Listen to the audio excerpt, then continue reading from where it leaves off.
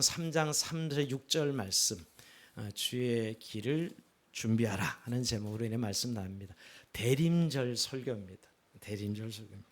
여러분, 대림절 이렇게 우리가 지금 셋째 주일인데요. 다음 주 한 주 더 지키고 이제 성탄절을 맞이해요. 예전엔 대강절 이렇게 주로 불렀어요. 강림할 강자로서 대강절 그리죠. 예수님의 탄생과 재림을 기다리는 절기다. 우리 이렇게 정의를 내려볼 수 있어요. 영어로 애드벤트에서 오다라는 이런 뜻에서 우리가 대림절, 아드벤투스 이래서 라틴어로 대림절을 그렇게 표현하고 있습니다.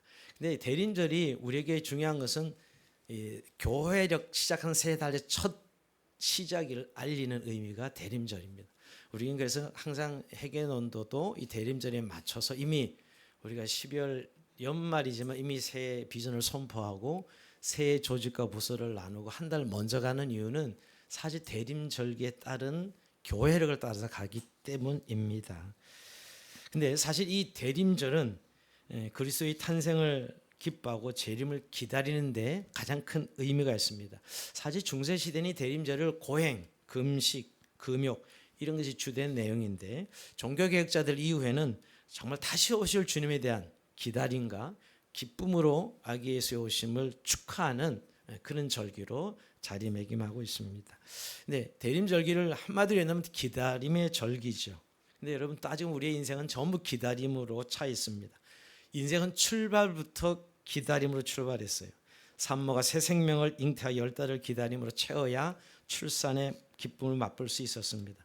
만일에 새 생명이 10달의 기다림을 다 채우지 못하게 되면 조산하게 되면 미숙아로 분류돼서 인큐베이터 안에서 남은 기다림을 채워야 됩니다. 이런 찬란한 새벽도 길고 긴 밤중을 기다려야 찾아오고 새파란 봄도 이 매서운 겨울의 추위를 기다려야 우리 곁에 찾아옵니다. 뿐만 아니라 풍성한 수확의 그 가을의 수확도 지루한 장마와 태풍을 기다려야 찾아오는 것이죠. 농부는 씨 뿌리고 추수를 기다리고 낚시꾼들은 미끼를 던져놓고 고기를 기다립니다. 밤에는 아침을 기다리고 겨울은 봄을 기다리죠. 그러면 우리 인생 전부 기다림의 연속입니다. 약속 시간 기다리고 전화 오기를 기다리고 답장 오기를 기다리고 누군가 찾아오기를 기다리고 좋은 소식 오기를 기다리죠. 그리고 인생의 절반 이상은 기다림이다 하는 생각을 해봅니다. 여러분 뭔가 그런데 기다리는 것은 지금 우리 삶에 결락된 부분이 있음을 전제로 합니다. 아무것도 기다리지 않는 사람이 있을까요? 불가능할 겁니다. 아마 아무것도 기다림이 없는 사람은 달관한 사람이거나 혹은 죽은 사람일 것입니다. 그러면서 기다림은 소망이죠. 기다림이 없는 사람은 절망합니다. 살아갈 힘을 잃는 것이죠. 우리가 병이 들어도 나을 거야 하는 그런 기다림의 병을 이겨내지요. 그러면 기다림은 우리에게 소망이요 활기요 생기입니다. 기다림이 있는 사람은 인내하게 되고요. 용서하게 되죠. 너그러운 마음을 소유하게 됩니다. 마치 탕자를 기다린 아버지의 마음 같습니다. 저도 늘 평상시의 삶의 흐름은 기다리죠. 주의 예배를 기다립니다. 기다림의 이유를 보면 하나님을 만날 수 있고 여러분들을 배울 수 있어서 기다립니다. 자, 그러고 보면 기독교는 전적으로 기다림의 종교입니다. 이 대림절기는 우리가 이렇게 기다림을 생각하지 못하고 살아가다가 이 기다림을 확인하는 절기가 대림절기. 우리가 이런 기다림, 이런 소망이 있었구나를 확인하고 우리의 기다림을 더 새롭게 하는 시간이 바로 대림절기입니다. 자, 그렇다면 궁극적으로 그리스도는 무엇을 기다리고 있는 것입니까? 우리는 주의 다시 오심을 기다리고 있습니다. 계시록 20장 12절에 보면 보라 내가 속히 오리라 그랬습니다. 예수님께서 보라 내가 속히 오리라. 여러분 2000년 전에도 유대인들은 예수님을 메시아를 기다렸죠. 그리고 오셨습니다. 그분은. 근데 많은 사람들이 예수님 오심을 알아보지 못했지요. 그러나 다시 오실 예수님은 이제 아기 예수로 오시는 것이 아니라 심판주로 만왕의 왕으로 다시 오십니다. 그래서 여러분 초대교회 성도들의 인사는 안녕하세요가 아니라 마라나타였습니다. 마라나타 만나면 주님이 오십니다라는 그런 인사가 초대교회 인사였어요. 그게 기독교의 핵심이었어요. 신앙생활은 주님을 기다리는 것이로 초대교인들은 그 극심한 핍박을 견뎌낼 수 있었던 것이죠. 그러니까 마라나타 말은 아람어인데요. 마라란 말은 주님이라는 뜻이고 나타란 말은 오다라는 뜻입니다. 근데 이것이 어떻게 띄어쓰냐에 따라 의미가 조금씩 다른데 마라나타 이러면 주님이 오십니다. 주님이 오실 것입니다. 이런 뜻이지만 마라나타 이러면 주여 오시옵소서 이렇게 청유형으로 바뀌는 것을 보게 됩니다. 초대교회 성도들은 만나면 이 인사를 했어요. 그들의 종국적 구원이 이 마라나타에 있었기 때문이지요. 우린 지금도 2000년이 지났지만 주님의 오심을 기다림으로 살아갑니다. 네, 더 궁극적으로 보면 우리의 구원의 완성의 날을 기다리는 것이죠. 로마서 8장 21절에 보면 그 바라는 것은 피조물도 썩어짐에 종로로 한 데서 해방되어 하나님의 자녀들의 영광의 자유에 이르는 것이니라. 그럼 이 세상은 죄 가운데 있는 모든 만물 깨어졌어요. 근데 이것을 회복시키신 하나님, 그 회복을 기다리는 것이죠. 세상은 깨어져 타락하여 신음하고 있습니다. 인간도 죄로 인하여 신음하고 있죠. 근데 이런 깨어진 세상이 완전히 회복될 날을 기다리는 것이죠. 그게 구원의 완성이에요. 주님이 다시 오시는 날이죠, 여러분. 우리는 그 날을 지금도 기다리고 있습니다. 그러고 보면 우리가 이 대림절기라는 것이 이미 2000년 오신 예수님, 이미 오신 하나님의 나라, 또 아직 완성되지 않은 하나님의 나라, 이미 오신 예수님, 다시 오실 예수님, 이 사이에 우리가 살고 있기에 이 사이에 사는 사람의 정서는 기다림이죠. 이미 오신 예수 그리스도를 우리가 이미 축하하고 영광을 돌리고 다시 오실 주님을 기다리는 절기, 이게 바로 대림절기입니다. 오늘 그런 우리들에게 주님은 말씀하십니다. 주의 오시기를 예비하라, 주의 오시기를 준비하라 라고 말씀합니다. 누가복음 3장 4절에 보면 강야에서 외치는 자의 소리가 있어 이르되 너희는 주의 길을 준비하라, 그 오시기를 곧게 하라. 2000년 전의 초림의 예수를 준비하라고 말씀하신 하나님은 지금도 역시 다시 오실 주님을 우리에게 주의 길을 준비하고 예비하라고 말씀하고 있습니다. 자, 우리가 주님이 오실 수 있는 길을 열고 만드는 것이 우리의 삶이라고 말씀하고 있는 것인데, 이것을 흔히 우리가 회개라고 그러죠. 대림절기의 기다림은 다르게 표현하면 주의 오실 수 있도록 회개하는 절기인데, 이게 바로 주님이 오실 길을 예비하는 것입니다. 즉 도로를 내라는 것이죠. 근데 이것은 여러분 근본적으로 우리 마음이 먼저 주님이 오시는 것이거든요. 그러기에 우리 주님을 모실 수 있는 마음으로 고속도로를 내라, 이런 의미가 주의 길을 준비하랍니다. 옛날에 이 표현이 이 의미가 있는 것은 왕이 행차하면 왕의 도로를 내야 됩니다. 그걸 왕도라고 합니다. 왕이 지나갈 수 있는 길이죠. 그래서 왕이 행차하면 도로를 내야 됩니다. 그게 왕도예요. 주님이 왕이신 하나님 오실 수 있도록 우리 마음에 도로를 내는 것이지요. 저는 이 표현만 들으면 군생활 1년 동안 철적 근무를 했었는데요. 늘 군대에서 제일 어려웠던 것은 철적 근무가 어려웠던 게 아니라 가끔 사당장이 방문한다든지 군단장이 방문하는 것이었어요. 그러면 거의 한 2주에서 3주는 잠 못 자고 도로를 내야 됩니다. 도로를 닦아야 돼요. 잠 못 자고 도로를 닦아내야 돼요. 그 사단이 지나가는, 한 번 지나가는 게 이래서 아주 판판하게 닦아내야 되는 거예요. 왜냐하면 다 사실 비포장 도로였기 때문에 그 당시 전방의 도로는, 그 사단장이 투스타가 걸어가는 길을 우리에게 이렇게 내는 것, 그러면서 이 성경인들 생각이 났어요. 우리 주님이 내 마음에 찾아올 수 있도록 우리의 마음의 도로를 내는 것이에요. 그래서 단순히 그냥 회개라는 딱딱한 교리적 의미로 이 주님이 오시길 준비하라는 의미를 이해하지 말고 오늘 이 성경의 표현대로 한번 이해한다면 마음의 도로를 내라, 이런 말씀입니다. 우리 마음에 오실 수 있도록 말이죠. 자, 5절 보면 이렇게 어떻게 도로를 내야 되는가 나와 있습니다. 모든 골짜기가 메어지고 모든 산과 작은 산이 낮아지고 굽은 것이 곧아지고 험한 길이 평탄하여질 것이요. 그야말로 도로공사 표어예요. 어떻게 보면 그러니까 마음의 도로를 이렇게 내라고 말씀하고 있는 거죠. 먼저 골짜기를 메우라는 것입니다. 마음의 골짜기를 메우라. 여러분, 오늘 이 도로는 마음의 도로를 말씀하고 있는데, 우리 마음에 주님이 오실 수 있도록 마음의 도로를 내라는 것이지요. 근데 제일 먼저 우리가 골짜기를 메우라고 하는데, 도로 가다 보면 패인 도로를 볼 수 있죠. 자동차 지나가지 못합니다. 여러분, 아프리카를 저는 자주 방문해 봐서 너무 잘 압니다. 아프리카는 못 살기 때문에 도로 보수 공사를 하지 않습니다. 아스팔트 깔았지만 한 벌써 2, 3년 지나면 전부 폐입니다. 돈이 없어서 보수 공사를 하지 않아서 도로가 아스팔트 도로긴 한데 20, 30 속도밖에 내지 못합니다. 천천히 갈 수. 가다가 패인 데가 많아서 그냥 자동차 뒤집어지거든. 빨리 달릴 수가 없어. 패인 것이 얼마나 많은지. 멀겋게 패여져 있는 아프리카 도로가 지금도 생각이 납니다. 여러분, 그걸 잘 보세요. 잘 덮으면 자동차가 잘 지나갈 수 있는데, 우리의 마음에 골짜기가 패였을 때 주님은 우리 마음에 오실 수 없습니다. 우리 마음의 골짜기가 뭐죠? 불신의 골짜기요, 시리와 좌절의 골짜기입니다. 아픔의 골짜기죠. 우리가 살다 보면 실패로 인해서 마음에 골이 파여집니다. 또 우리의 마음에 누군가부터 상처를 받아서 상처의 골짜기가 패여지죠. 또 세상 사람은 내 뜻대로 안 돼서 원망과 불평의 골짜기가 패여집니다. 이런 골짜기를 메워야 주님이 오실 수 있다는 것이죠.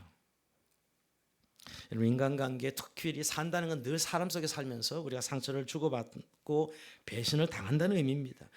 여러분, 이런 부분에 있어서 우리가 골짜기가 메워져야 된다는 것이죠. 메워지지 않으면 주님은 오실 수 없다는 것이에요. 저는 마음의 골짜기 하면 베데스다 연못가에 38년 된 병자가 생각이 납니다. 여러분, 병을 38년 앓았다는 것은 거의 포기 상태죠. 여러분, 1년만 알아도 그 1년이 얼마나 긴지 여러분 아실 것입니다. 주님이 찾아오셨습니다. 그 환자에게 물어보기를 네가 낫고자 하느냐 이렇게 물어보십니다. 말씀이라고 하시는지요? 아니, 병든 사람이 네가 낫고자 하느냐 왜 이렇게 물어보시는 거예요? 그건 사실 예수님 먼저 그 마음의 병부터 치료하려고 하는 것이죠.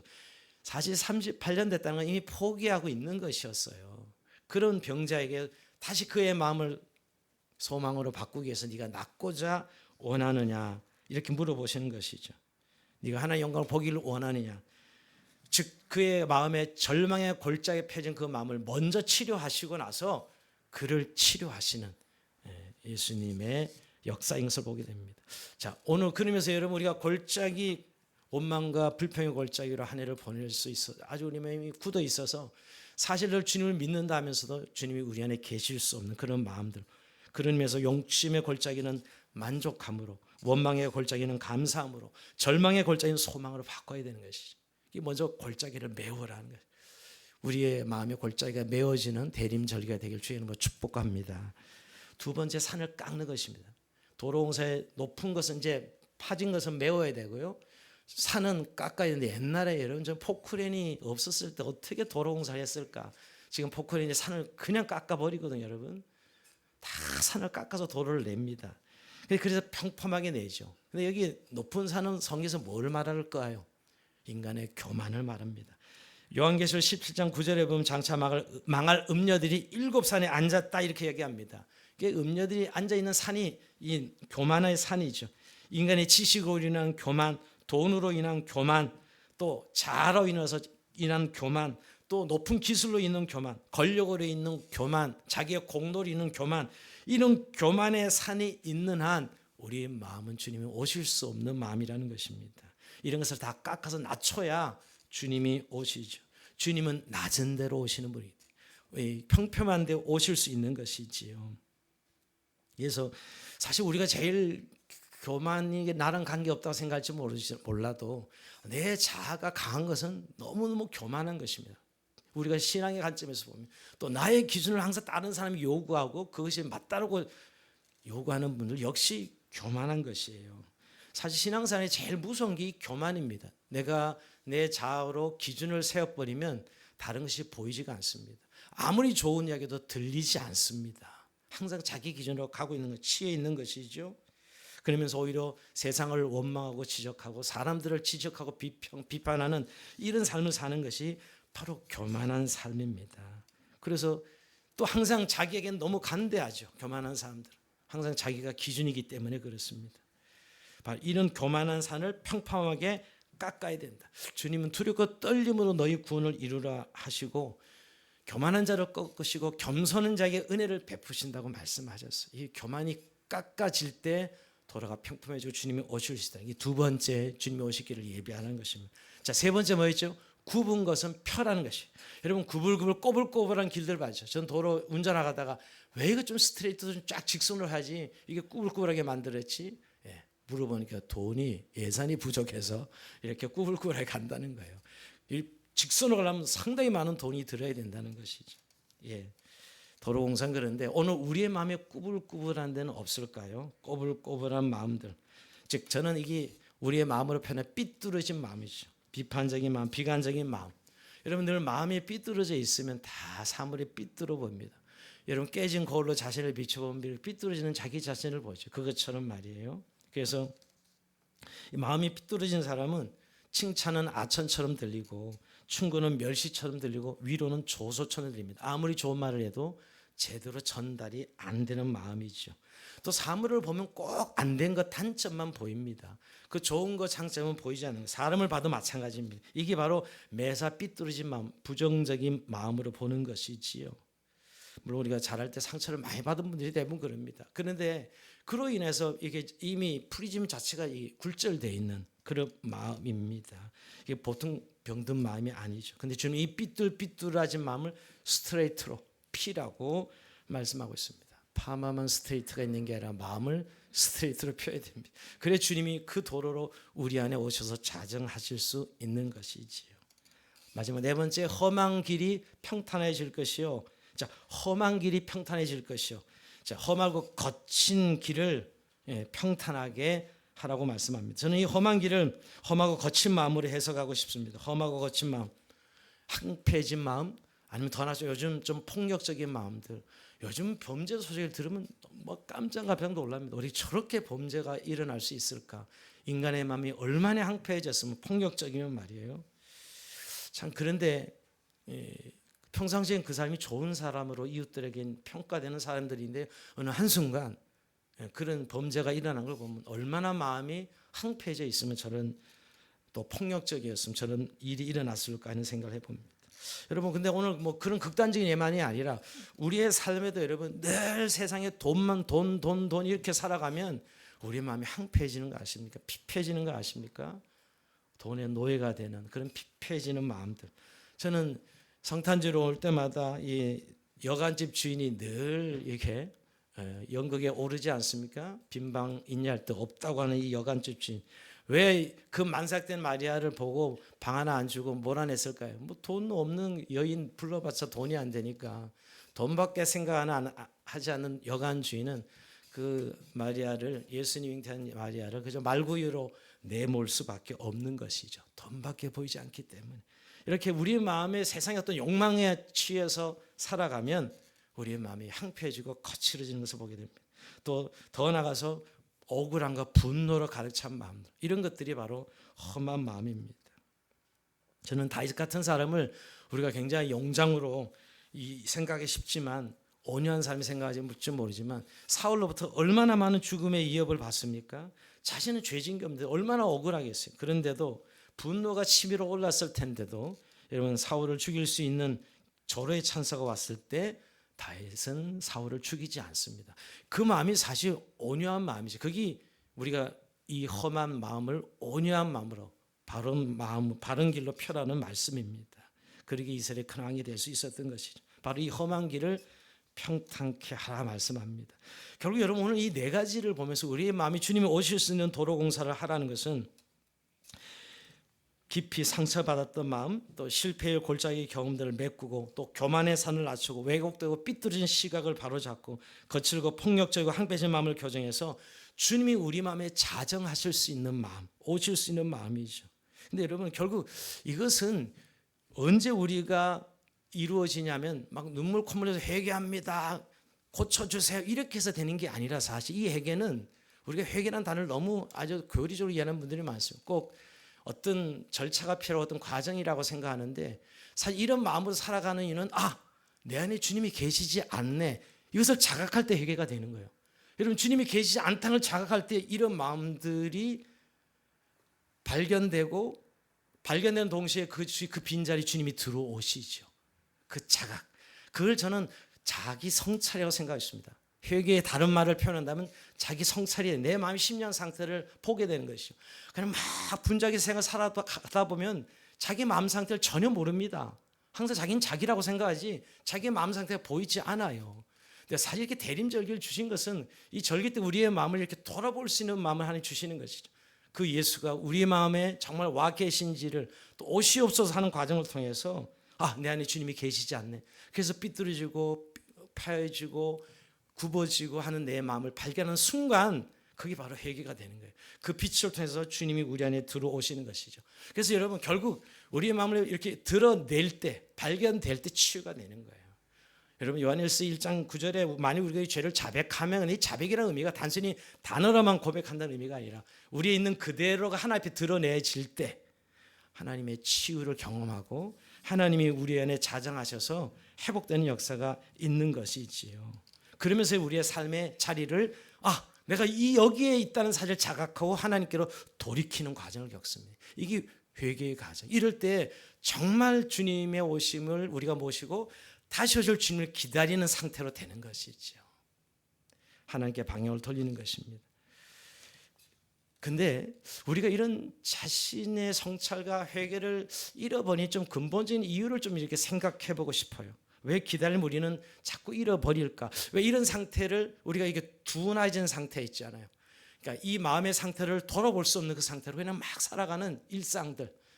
근데 우리가 이럴 때 정말 이 회개의 절기에 우리의 상태를 발견하고 내 안에 주님이 계시지 않음을 자각할 때 주님이 오셔서 우리를 통째로 다스리는 상태로 살아가는 것. 이것이 정말 대림절기 우리에게 준 은혜거든요. 근데 근본적으로 결국 우리가 이런 것을 자꾸 기다림을 놓치고 자기의 성찰을 놓친 이유는 삶의 염려와 근심 때문입니다. 주님은 누가복음 21장 34절 이렇게 말씀하셨습니다. 너희는 스스로 조심하라. 그렇지 않으면 술 취함과 방탕함과 생활의 염려로 마음이 둔하여지고 그랬어요. 저는 방탕과 술 취함까지는 안 갈지 몰라도 성도들이 생활의 염려로 그냥 살아가는데 너무 바쁘게 살고 너무 열심히 살아가면서 놓치는 거잖아요. 예수님 말씀에 종말 때가 현상을 말할 때 이렇게 말씀. 그 노아의 때 시작하고 장가가고 그렇게 표현. 그 일상 아니에요, 사실은. 그럼 우리도 그렇게 사는 건 별 차이가 없는데 시작하고 장가가고 여름 밥 갈고 자동차 사고. 근데 그때와 같다라고 말씀하시거든요. 왜? 그 일상에 완전히 함몰되어서 정말 우리가 이미 와 있는 하나님의 나라 오신 예수님 다시 오실 예수 그리스도를 이 시간의 의미를 깨닫지 못하고 자각하지 못하고 살아가는 그 상태, 즉 하나님 자녀의 신분을 잊어버리고 생존에 몰두하는 것이죠. 우리는 늘 그러면 내 코가 석자인데 하면서 우리의 어떤 이 하나님 백성으로서의 이 영적 위치와 신분을 잃어버릴 때가 많다는 것이에요.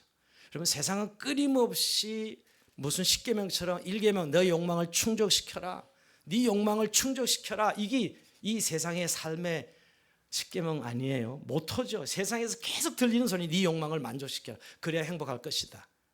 이게 오늘 세상의 소리인데 여러분 이런 욕망에 우리가 이끌려 살다 보면 이런 기다림을 잃어버리는 이런 자기의 성찰을 잃어버리는 것이지요. 이게 첫 번째 이유 같아요. 그래서 여러분 우리의 삶의 현실 열심히 사는 건 중요하지만 무엇을 향해 달려가고 있는지에 대한 내 마음의 상태를 늘 주님 말씀에서 비춰져야 돼요. 볼 수 있어야 된다는 것이죠. 그리고 사실 이렇게 이런 기다림을 잃어버리는 또 한 가지 이유가 있다면 신앙생활을 처음 할 때는 뜨거운 마음으로 시작하는데 어느덧 시간이 지나가면 이제 이게 매너리즘에 빠집니다. 반복되면서 그저 교회 생활이 신앙생활이 되고 그 종교적인 예배가 신앙생활로 대치되는 이런 현상들 말이에요. 이렇게 되면 사실은 이런 자각은 이런 자기의 성찰은 되지 않습니다. 여러분 처음에 예수 믿을 뜨겁게 주님에 대한 신앙 고백이 있었고요. 뭔가 나도 모르는 열정이 내 안에 막 일어났을 때예요. 근데 이게 이제 틀이 잡히고 반복되면서 매너리즘에 빠지죠. 세상 말로 시간 앞에 장사가 없다. 시간 앞에 세월 앞에 장사가 없다 이러면서 여러분 시간이 마치 낡아지는 것처럼 생각하고 자기의 안일함을 즉 이 그리스도인으로서 영적 긴장함을 잃어버리는 것을 당연스럽게 받아들입니다. 사실 근데 잘 생각해 보면 시간이 낡아지는 것이 아닙니다. 낡아지는 시간이 아니라 인간의 경험이 낡아지는 것입니다. 물론 사실 따지고 보면 삶은 늘 반복입니다. 그러나 여러분 그 반복되지만 시작과 끝은 정해진 이미와 아직이란 정해진 시간 속에 반복되고 있는 것이 실전 반복이 아닌데도 불구하고 우린 착각하는 거죠. 왜? 늘 반복하기 때문에 어떤 틀을. 그러나 결국은 우리의 경험이 반복하는 것이지 시간이 낡아지는 건 아니잖아요. 우리 시간은 오고 있는 것이죠. 우리의 구원이 다가오고 있는 것이죠, 여러분. 그런 의미에서 우리가 다시 한번 왜 나는 자꾸 잃어버릴까? 바로 이 신앙의 매너리즘에 있다는 것. 또 한 가지 더 나가서 이렇게 이야기하는 분들이 있을 겁니다. 왜 이렇게 주님은 더디 오시죠? 아니 오신다는데 2000년이 지났잖아요. 이게 사기치는 거 아니에요? 라고 이야기할지 모르겠어요. 여러분 2000년이 지금 주님이 오시겠다 했는데 지났습니다. 근데 이런 초대교회도 있었어요. 이 약속이 초대교회 성도들은 자기 시대 예수님 볼 줄 알았거든요. 근데 자꾸 지연돼. 그래서 많은 사람들이 예수님 오신다고 기다리는 이 초대교회 성도들을 조롱하기도 합니다. 자, 그 성경에 나오죠. 베드로서 3장 4절에 보면 이르되 주께서 강림하시는 약속이 어디 있느냐? 조상들이 잔 후로부터 만물이 처음 창조될 때 같이 그냥 있다니. 야, 그 쓸데없는 소리 한다 이 말이죠. 사기친다 이 말이요. 아니, 강림의 약속이 어디 있느냐? 그냥 그대로 가는 거지 뭘. 이렇게 이야기했다는 거예요. 근데 하나님은 말씀하시죠. 하나님의 시간과 우리 시간이 다르다고. 베드로서 3장 8절입니다. 사랑하는 자들아 주께는 하루가 1000년 같고 1000년의 하루 같다는 이 한 가지 잊지 말라. 이틀밖에 안 지났네요. 그러고 보면 이 시간 이틀밖에 안 지난 거네요. 자, 우리가 하나님의 시간표, 우리의 시간표가 다르다는 사실을 말씀하면서 우리는 왜 주님이 이렇게 우리가 애타게 기다리는데 오시지 않을까? 이 진지하게 한번 질문해 보신 적이 있으세요? 정말 주님이 이렇게 오시지 않는 거지? 라고 말입니다. 아마 여러분 너무 고난이 극심한 사람은 이런 질문 몇 번 던져봤을 것입니다. 근데 여러분 하나님 약속을 잊으신 것일까요? 이 땅의 현실을 너무 모르시는 척 하실까요? 아니 이렇게 깨어진 세상에 이렇게 인간이 깨어지고 망가지고 있는데 주님 뭐하고 계시는가요? 오셔야죠 라고 이렇게 질문하시는 분들 베드로 3장 9절 이렇게 대답합니다. 주의 약속은 어떤 일이 더디다고 생각하는 것 같이 더딘 것이 아니라 오직 주께서 너희를 대하여 오래 참으사 아무도 멸망하지 아니하고 다 회개하게 이르기를 원하느니라. 여러분 이거의 이유 때문에 지금 우리는 지금 연기되고 있다고 생각하지만 하나님의 시간표에는 지금 제대로 작동되고 있는 거예요. 즉 오늘 우리의 시간은 우리는 지금 2000년이 지났다는 기다림에 지쳐 있을지 모르지만 여전히 구원의 시간입니다. 어떤 의미에서 구원의 시간인가요? 하나님을 등지고 사는 이들, 욕망에 따라 생을 허비하는 이들이 하나님께 돌아오기를 기다리는 집행유예의 시간입니다. 모든 인생이 구원받기를 원하시는 하나님의 집행유예의 시간이죠. 어떻게 보면 둘째 아들이 돌탕 이야기 아시죠? 돌아온 탕자가 나갔다가 그 아들 오기를 마냥 기다리는 아버지의 마음을 절대 아들 포기할 수 없는 것이지요. 그 아들을 기다리는 아버지의 마음처럼 지금도 여전히 하나님의 관점에서는 구원의 시간입니다. 구원의 시간. 그러나 이게 무한정일 수는 없지요. 하나님의 때에 주님 분명히 다시 오시고요. 우리는 거기에서 끝날 수 없는 자들은 개인의 종말이 있습니다. 하나님 나라의 종말만 있는 게 우리 개인의 종말이 째깍째깍 오고 있다는 관점에서는 우리가 이 영적 긴장감을 놓치서는 안 된다는 사실을 깨닫게 됩니다. 여러분 단테의 신곡 첫 대목이 뭐냐면 우리네 인생길 방고 위에 나 올바른 길을 잃고 어두운 숲속에 있었노라. 길을 잃어버렸다는 사실을 자각하는 것이죠. 그 길을 잃어버렸다는 순간 하나님의 은총이 우리 안에 들어와요. 자각하는 순간. 아까도 제가 회개를 그렇게 설명드렸는데요. 빛은 갈라진 틈을 통해서 스며들지요. 그렇게 자각하는 순간 하나님의 구원의 은총이 사람들에게 임하는 거예요. 그러면서 여러분 낙심하지 마셔야 됩니다. 여러분 포기하지 말아야 됩니다. 우리가 맨날 은혜의 시간이고 맨날 어떤 영광의 시간이고 이런 시간이 아니라는 걸 너무 잘 알고 있습니다. 살아가는 일상은 늘 그렇고 그런 시간들이라고 생각할 수 있지요. 그러나 포기할 수 있는 것은 여전히 하나님은 자기 백성들의 구원의 시간들로 지금 이루어가고 있다는 거예요. 포도원 품꾼의 비유 아시죠? 마태복음 20장에 가보면 오전 9시부터 일꾼들을 채용하는데 일꾼들 쫙 채우는데 이 주인이 이상합니다. 이제 오후 5시에 또 다시 나와서 일꾼을 찾아간다는 거예요.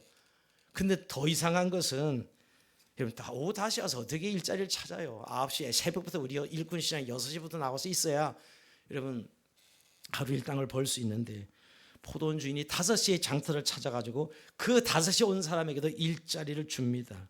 일자리 줄 뿐만 아니라 종일 일하는 사람들과 똑같은 품삯을 또 오전 9시 온 사람이 오후 5시 온 사람이 똑같은 품삯을 지불하는 주인의 마음. 지금 회사 경영자라고 생각하면 말도 안 되는 이야기인데 오늘 우리 주님은 세상을 이렇게 경영하고 계시냐. 구원의 관점에서. 그래서 지금 우리가 연기되고 늦춰진 것이 아니라 여전히 하나님 지금 구원의 때요 구원의 시간이라는 것이에요. 여러분 오후 5시 장터에서 인생을 포기하지 않고 주님을 기다리는 것이 믿음입니다. 여전히 내 인생에 왜 이렇게 아무 일도 일어나고 있지 않지라고 생각할지 모르지만 하나님은 여전히 우리 개인을 향하여 일하시고 계신다는 것입니다. 우리가 포기하는 것이죠. 하나님이 여전히 포기하지 않으십니다. 여러분 우리 어떻게 보면 그 절망의 끝이 주님의 시작이라고 하는 이유도 바로 그 때문에, 왜냐하면 주님은 포기하시는 분이 아니시기 때문에. 그 이유가 바로 오늘 우리가 왜 주님의 재림이 자꾸 연기되고 있을까라는 것에 대한 성경의 대답입니다. 자, 말씀을 마무리해서 여러분, 그런 의미에서 우리의 기다림을 좀 새롭게 해야 됩니다. 2023년도 성탄절, 대림절 성탄절의 의미는 우리의 기다림이 정말 분명한가에 대한 질문을 던져야 돼요. 기다림이 없는 인생은 여러분 삶의 동기를 잃어버리고 방향을 잃어버립니다. 우리의 소망의 이유가 분명하지 않은 사람들은, 기다림이 분명하지 않은 사람들은 인생의 걸음이 힘이 없습니다. 절망하는 것이지요. 그러면서 우리의 기다림이 좀 새로워져야 된다는 것. 지친 분들이 많습니다. 내 인생에 그렇게 하나님이 간섭하여 일하시는 것 같지 않고 오히려 내가 생각하는 반대로 가는 것 같은 내 인생살이에 대해서 여러분 자기의 계획을 내려놓고 우리 주님의 우리 인생을 향한 인도하심을 좀 더 깊이 묵상하는 시간이 되면 좋겠습니다. 여러분 모세가 40세 자기 동족을 해요. 여러분 왕자의 자리를 박차고 내가 하나님의 종이 되겠습니다 하고 나섰지만 하나님 그 모세를 쓰시지 않습니다. 쓰시기는커녕 40년 살인자로 몰려서 저 강야 미디안가에 40년 동안 외아인으로 살게 하십니다. 우리는 이해할 수 있을까요, 여러분? 우리의 계산으로는 그 헌신을 결단해서 쓰셔야지. 그 왕자로서의 모든 권리를 버리고 하나님의 나라에 쓰임 받겠다는 그 사람을 하나님 쓰시지 않으시는 거예요.